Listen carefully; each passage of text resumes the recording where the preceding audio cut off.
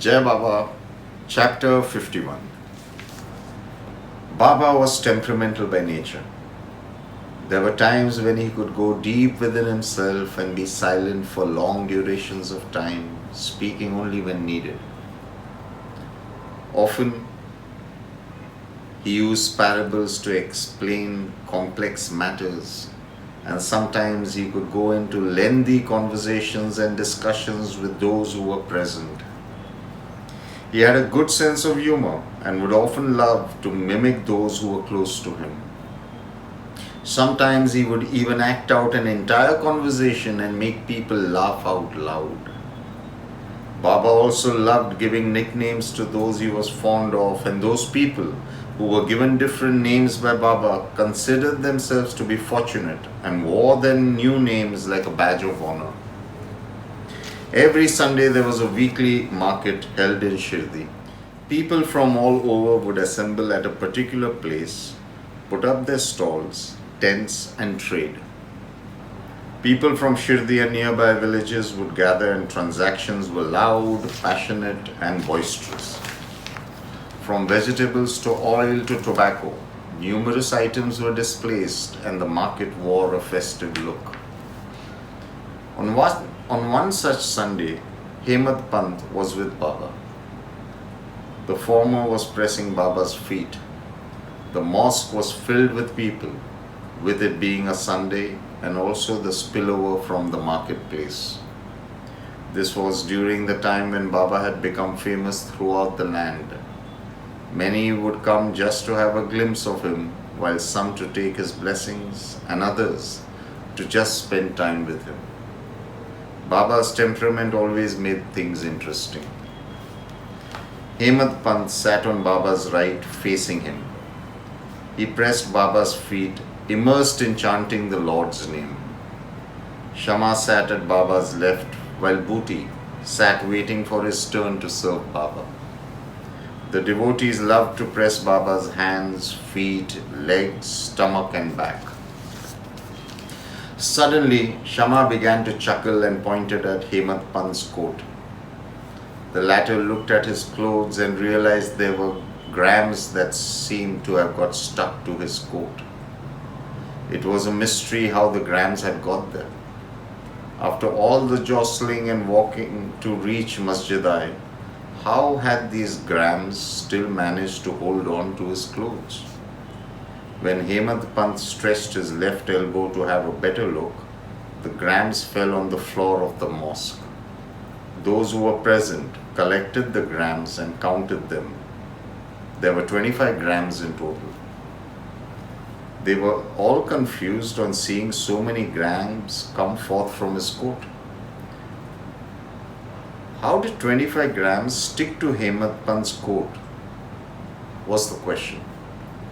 Baba clicked his tongue as though in disapproval. He nodded his head as though saddened, but there was a twinkle in his eyes. Our fellow here has a bad habit of eating by himself. While coming here today, this one has been chewing mouthfuls of gram all alone. Again, he nodded in disapproval, shaking his head. Don't you know that to eat by oneself without offering food to others is one of the greatest sins? I have always known that this was his habit, and today these grams have proved my assumption. Everybody was aware that Baba was yanking Hemad Pant's chain. They all began to chuckle. Hemad Pant continued to press Baba's feet. Baba, you know very well that I never eat alone. Everybody knows of this, and your accusations are not going to convince anybody here. Also, I have never visited the Sunday market ever. I have to first enter the market, then buy the grams, and only then I can eat them. Anyway, there are 25 grams collected. Those who are in the habit of eating alone can eat them to their heart's content. You know me well to know that I always share whatever I eat with those who are present with me. True, said Baba. You always offer whatever you eat to those who are present with you. But what happens on occasions when you have to eat and there is nobody along with you? What then, huh? Do you silently offer the food to me? Am I not always with you? Have you ever offered me any food, anytime, even a small part of it? Hemant Pant realized that though Baba was jesting with him, there was deep philosophy behind Baba's statement. Hemant Pant was a well-read man of the scriptures. He knew that the scriptures advocated offering food to one's gods and goddesses each time that one ate any food. It was clearly noted in the scriptures that whenever one is indulging the sense organs, one should offer those sensations of the flesh little by little to one's goddess god guru. If one thinks first of the goddess god guru when indulging in anything to do with the sense organs and sense objects, the lust and connection with those sense objects diminish considerably, till a day comes when one is virtually free from the attachment to external pleasures. Baba would often say that when an individual offers and diverts emotions like anger, hate, ego, lust, and everything is directed towards Baba, automatically those emotions will disappear or weaken considerably. Imagine if a person is angry and he or she thinks of Baba and wonders that if Baba was present this moment, how would he or she behave?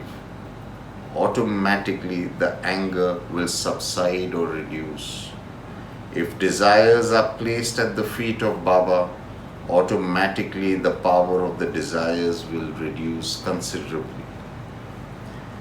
Baba said, "Believe that I am always with you and you shall be free of all your lower desires. That is my word to you." Baba said this time and again. Peace be to all.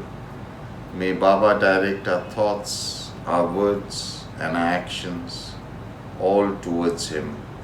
So be it as I pray. Jai Sai.